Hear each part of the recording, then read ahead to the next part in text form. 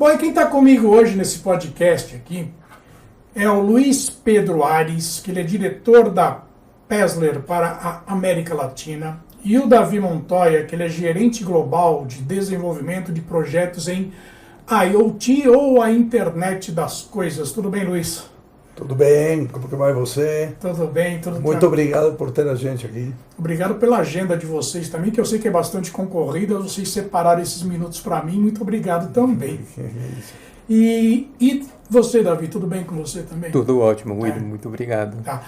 Bom, só para deixar claro, os dois são da América Latina, né?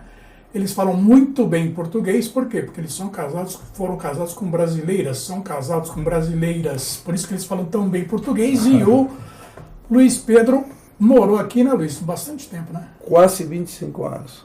Desde estudando até depois, quando eu morei com a família. Mas você já estudou tecnologia aqui nesses 25 anos? Não, tecnologia foi quando eu já tinha voltado. Sim. Aqui foi veterinária. A veterinária. Sim. E virei empresário também, era empresário, sim. Claro, entendi. Bom, a gente vai bater um papo aqui sobre uma pesquisa feita pela Pezler, em que tem dados muito interessantes, e eu vou ler aqui, eu vou fazer uma cópia aqui, tem uma colinha aqui para falar sobre esse estudo que foi realizado pela Pezler, a partir de entrevistas com 1.900 gestores no mundo inteiro, né, global, sendo 97 na América Latina, e mostra que, embora 84% desse universo reconheça a importância dessa bandeira, ou seja, do estudo que eles fizeram, apenas 34% já conta com projetos verdes nas organizações. Nós estamos falando sobre a pesquisa Pezler de sustentabilidade de TI 2022, e ela revela certas incongruências entre ideia e prática nas empresas. Luiz, quais é que são essas incongruências? Quais é que são esses... Bom, primeiro que nada, a sustentabilidade é algo que já está virando moda em todas as empresas. O próprio consumidor está pressionando para que as empresas sejam sustentáveis. E a TI não pode ficar para trás também. Claro. Okay? E está usando como argumento de marketing também, né? Sim. Ou seja, então você pode ver que incongruência, por exemplo, como é que vai trocar servidores físicos para economizar energia por servidores na nuvem? Alguém vai ter que ter esses servidores para poder prestar esse serviço. Então é só trocar de endereço, certo? Porém, eu acredito que trocar por servidores que sejam mais eficientes em consumo de energia é uma maneira de ser sustentável.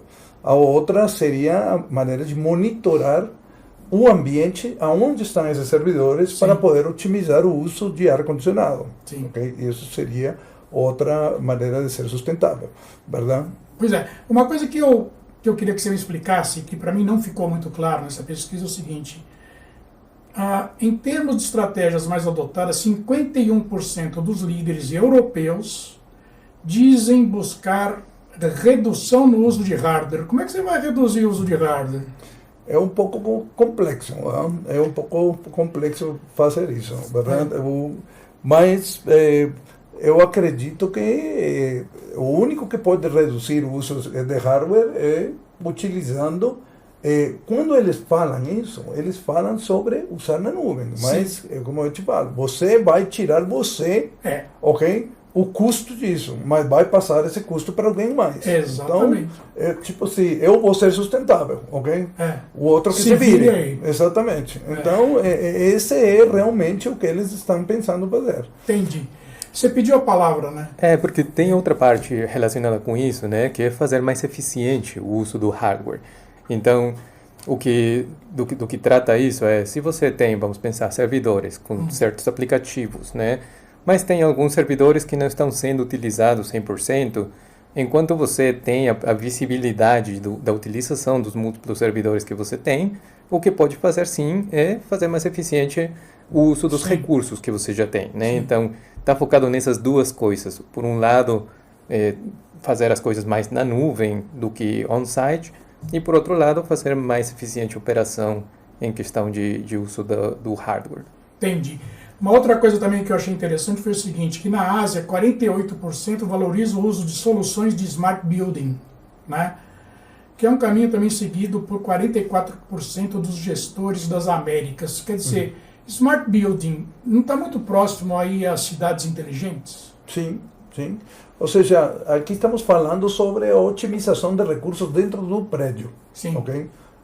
Como, por exemplo, monitorar o uso de água, otimizar o uso de energia elétrica, monitorar emissões de gases, etc. Essas são coisas que estão ajudando a um smart building, ok? E o que ajudaria a diminuir o uso de recursos, ok? Sim. E aí isso já é uma sustentabilidade, porque você está já economizando nisso. E para a gente fechar essa parte da pesquisa aqui, em relação à disseminação de IoT nas organizações, 43%, David, disseram que é uma empreitada realizada com apoio de profissionais de setores como engenharia, manutenção e operações. Quer dizer, não teria que ficar só em cima de TI, departamento de TI, quer dizer, as outras áreas estão em cima demandando desses projetos. isso também. Então, o que acontece? IoT, né, que estamos falando aqui, todas as questões que têm a ver com transformação digital, o que esses dispositivos de IoT estão fazendo é entregar dados, né, que são utilizados pelas diferentes secções, né, do negócio para poder tomar decisões em cima desses dados. Então, não existe você ter um projeto de IoT onde a única parte que está envolvida no projeto é a parte técnica. Nesses projetos IoT, você precisa ter, sim, uma interação muito forte com áreas de negócio, áreas operativas, áreas de manutenção, para que o projeto seja bem sucedido. A gente já teve casos, né, de pessoas que não tinham infraestrutura necessária para fazer um investimento em IoT, Sim. E foi feito mesmo assim, né? Então, o que aconteceu foi, quando chegaram os dispositivos, não tinha conectividade suficiente Sim. e bem desenhada para poder implementar o projeto, né? Então, nesses casos, é sumamente importante que essas áreas fiquem bem coordenadas entre si. Entendi. E aí, sobre o futuro aqui, só para fechar, 41% afirmaram estar muito preocupados com o desafio de garantir a resiliência da TI no mundo hiperdistribuído da nuvem, né? Eu acredito que tem muito empresário que ainda fica meio pensando, será que isto vai ser seguro? Será que esses dados vão estar seguros? Será que vamos ter uma boa conectividade? Ainda tem essa dúvida de passar para a nuvem. Claro. Okay? Diante dessa exposição inicial, eu queria saber de vocês onde que a Pezler entra nisso. Quer dizer, vocês são conhecidos globalmente, em centenas de países, como uma empresa de monitoramento de vários setores dentro das corporações, né? Vocês não atuam só numa parte da economia. Vocês têm agro, vocês têm indústria, vocês têm serviço de monitoramento, né? Agora a IoT, principalmente, né? Vai crescer muito por causa do 5G também, né? Sim. Quer dizer, o que a Pezler faz especificamente? Quer dizer, Bom, a Pezler é uma empresa alemã, ok? Foi fundada em 1997 por Dirk Pezler, e ele iniciou criando um aplicativo para monitorar tráfego de rede. Tá. Porém, o mercado foi evoluindo, ok? E houve novas oportunidades, e esse aplicativo foi mudando e começando a monitorar outras coisas. Então, hoje em dia, já PRTG é capaz de se integrar a redes IT, IoT e IoT. Ou seja, nós podemos já, através de certos protocolos, trazer informação do chão de uma indústria para dentro da TI. Okay?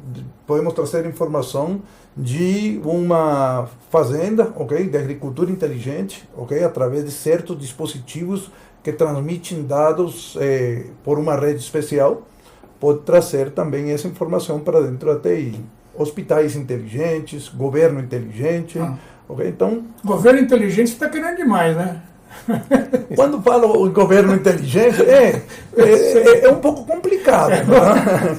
Mas quando falo governo inteligente, estou falando de, por exemplo, podemos monitorar câmaras de segurança nas ruas, podemos monitorar ambiente, como é que está o ambiente, tráfego, várias coisas que podem monitorar dentro de uma cidade que vão ajudar a uma melhor vida para o habitante. Né?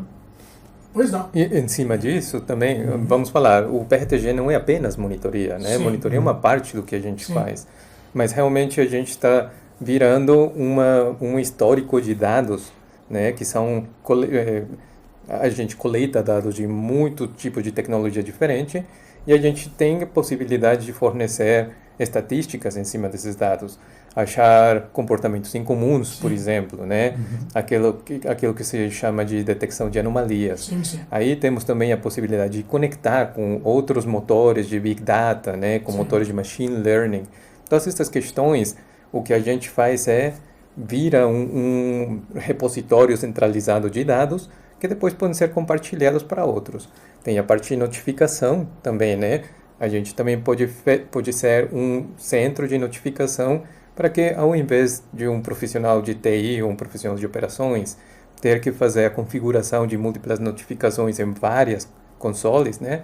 A gente engloba todas essas coisas, ela mantém as notificações numa ferramenta só. E, por último, tem a parte de visualização dos dados, que é uma parte sumamente importante, porque você pode pensar quantos dados podem ser coletados de milhares, né, de dispositivos IoT. Sim. Aí você precisa ter uma visualização certinha, né, para entender o que esses dados estão informando, né, achar tendências, encontrar questões que não estão funcionando do jeito que deveriam. Então, a gente faz todas essas coisas: monitoramento, alertamento, dados históricos e visualização. Entendi. Aí você me deu um gancho que é o que mais preocupa hoje qualquer setor, né, que é o seguinte, isso é analytics, né, que você falou, né? Isso. Existem profissionais hoje suficientes no mundo para fazer uma análise corretíssima desse monte de dados, desse Big Data todo? É complicado globalmente, né? É complicado globalmente. Assim, normalmente o que você chama esses profissionais são pessoal de data science, né? Isso. E aí você precisa ter muito conhecimento estatístico, né? Porque não é apenas analisar os dados sem estrutura.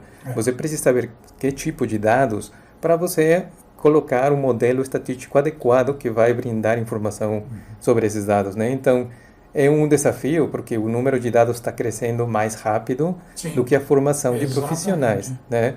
E agora com 5G, né, que estávamos falando um pouquinho antes, que foi lançado essa semana aqui em São Paulo, 5G vai trazer ainda mais dados, né? Exatamente. Então, aí o que tem uma coisa muito importante, que especialmente em empresas, tem que começar a pensar como vai ser o que se chama de data governance, né?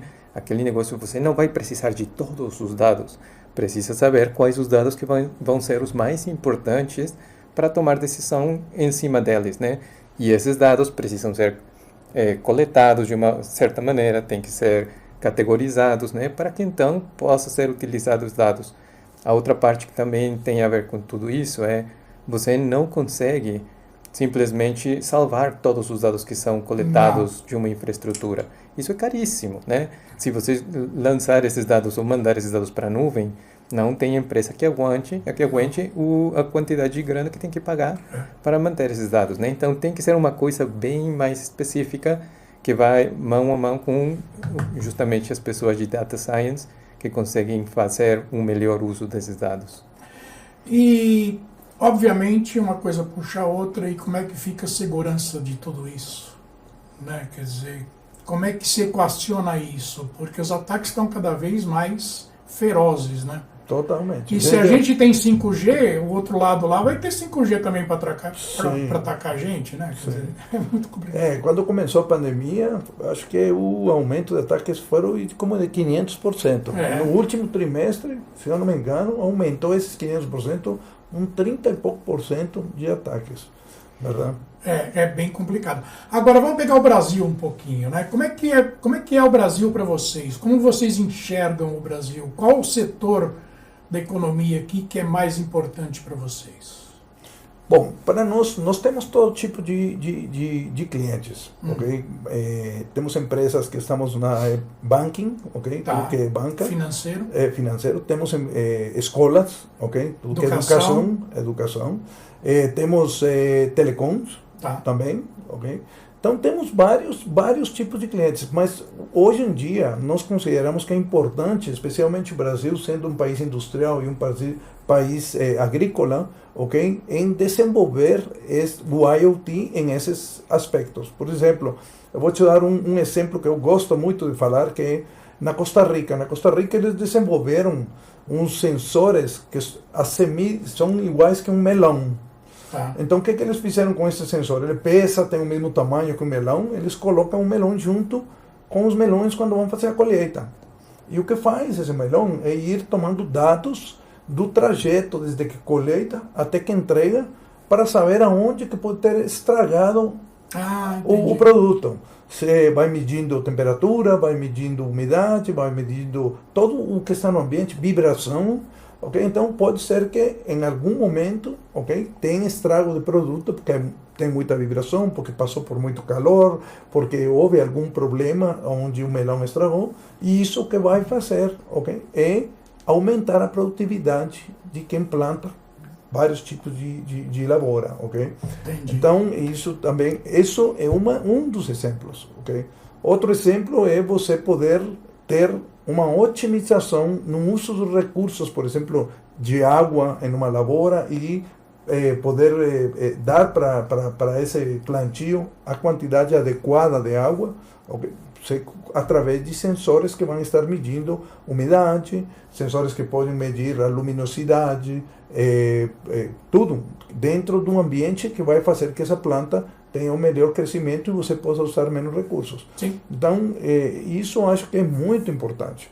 Okay? E aí que entra a IoT, né, Edi? Isso, né? E até nem precisa ser tudo IoT, né? A IoT é uma coisa que a gente escuta muito, né? Mas o que acontece? A gente está trabalhando muito em questão, sendo uma empresa alemã, né? Sim. Trabalha muito em questão de indústria 4.0. Sim. Então, no Brasil, ainda precisamos desenvolver bastante esses projetos para poder fazer cases públicos, né? Mas no México a gente tem bastantes cases.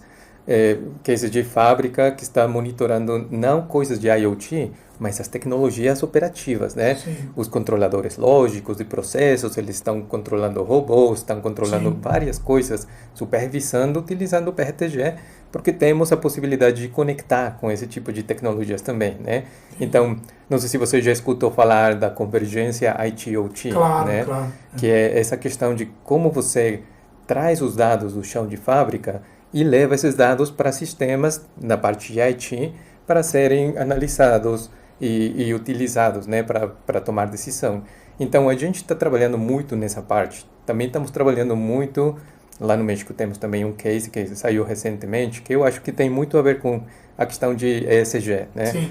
Esse case era relacionado com plantas de tratamento de água. Então, no estado de Yucatán, né, que é um estado próximo do Cancún, Chichén Itzá, provavelmente o pessoal conhece, né? Sim. Esse estado, eles começaram a monitorar as plantas de tratamento de água de forma remota, né, diminuindo a necessidade de enviar pessoas para lugares remotos também, né, para verificar como que estavam funcionando as coisas. Com essa digitalização das plantas de tratamento de água, eles começaram a enxergar tudo que tem a ver com utilização de energia, que é um dos principais desafios que tem na parte de tratamento de água, e eles começaram também a verificar os processos basados na informação, nos dados, né? Então, a gente está ajudando a coletar informação da tecnologia operativa para garantir que eles tenham uma operação bem transparente, Entendi. né? E a gente aqui, pelo menos o que temos falado, a gente acha que no Brasil tem muito para fazer em questão de tratamento de água, né? Sem dúvida. Em Yucatán, eles utilizam água tratada para reabastecer os poços e todos os rios não é soterrâneo. Lençóis freáticos. Isso, lençóis freáticos que passam por baixo do solo, né? Sim. Aqui estávamos escutando de um número que parece que 40 e tantos % da água potável vaza, né? Exatamente. Vaza e sai, uma tragédia. A perda de água é enorme. Isso. Sim.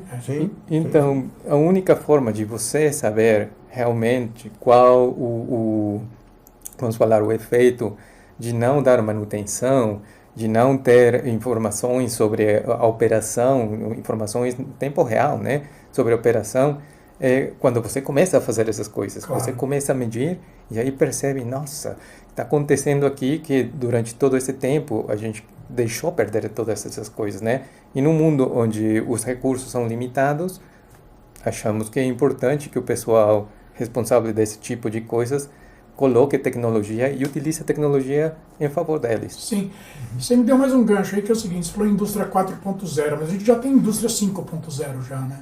Tem indústria 5.0. A questão é, indústria 5.0 ainda é uma coisa que vem. Né? O ESG entra na 5.0, né? Exatamente. Aí utiliza a tecnologia para ser eficiente em questão social, em questão ambiental, né, e em questão de governança. Isso. Para a gente finalizar agora, vocês falaram em PRTG aí várias vezes, né? O que quer dizer PRTG? Explica para mim. PRTG significa Pester Router Traffic Grapher. Pester, que é o sobrenome de Dirk Pester, que é o fundador, e ele criou isso para monitorar tráfego de roteadores, de switches. Isso você falou no começo. Então o nome foi PRTG Network Monitor. Entendi. E então ficou desse jeito, mesmo que ele ampliou a abrangência de poder monitorar várias coisas, então, mas ficou assim. Entendi. Agora, é um mercado imenso, né, que vocês têm na mão. É inexplorado também, muita coisa que está ainda virgem para poder explorar-se. Exatamente. Tá bom. Eu quero agradecer bastante, Luiz, a sua entrevista para mim. Quem agradece, David, muito obrigado. Como eu falei já, a agenda de vocês é bastante concorrida. Vocês separaram esses minutos para mim. Muito obrigado, viu? Obrigado a você. Ok. E você que está conectado aqui no podcast de Vida Moderna, se você estiver vendo sobre vídeo e você quiser escutar essa entrevista nos principais agregadores de podcast do mercado, é só ir lá no www.vidamoderna.com.br e procurar por esse podcast lá. E se você estiver ouvindo esse podcast e quiser ver o vídeo dele, que é outra visão, né, é outra pegada para você se informar, também vai no mesmo lugar, www.vidamoderna.com.br, e eu agradeço ao iTech, que é a minha principal parceira dos podcasts que nós fazemos aqui no Brasil. Muito obrigado. Obrigado mais uma vez para vocês. Obrigado. Obrigado a você. Boa tarde. Boa tarde. Tchau.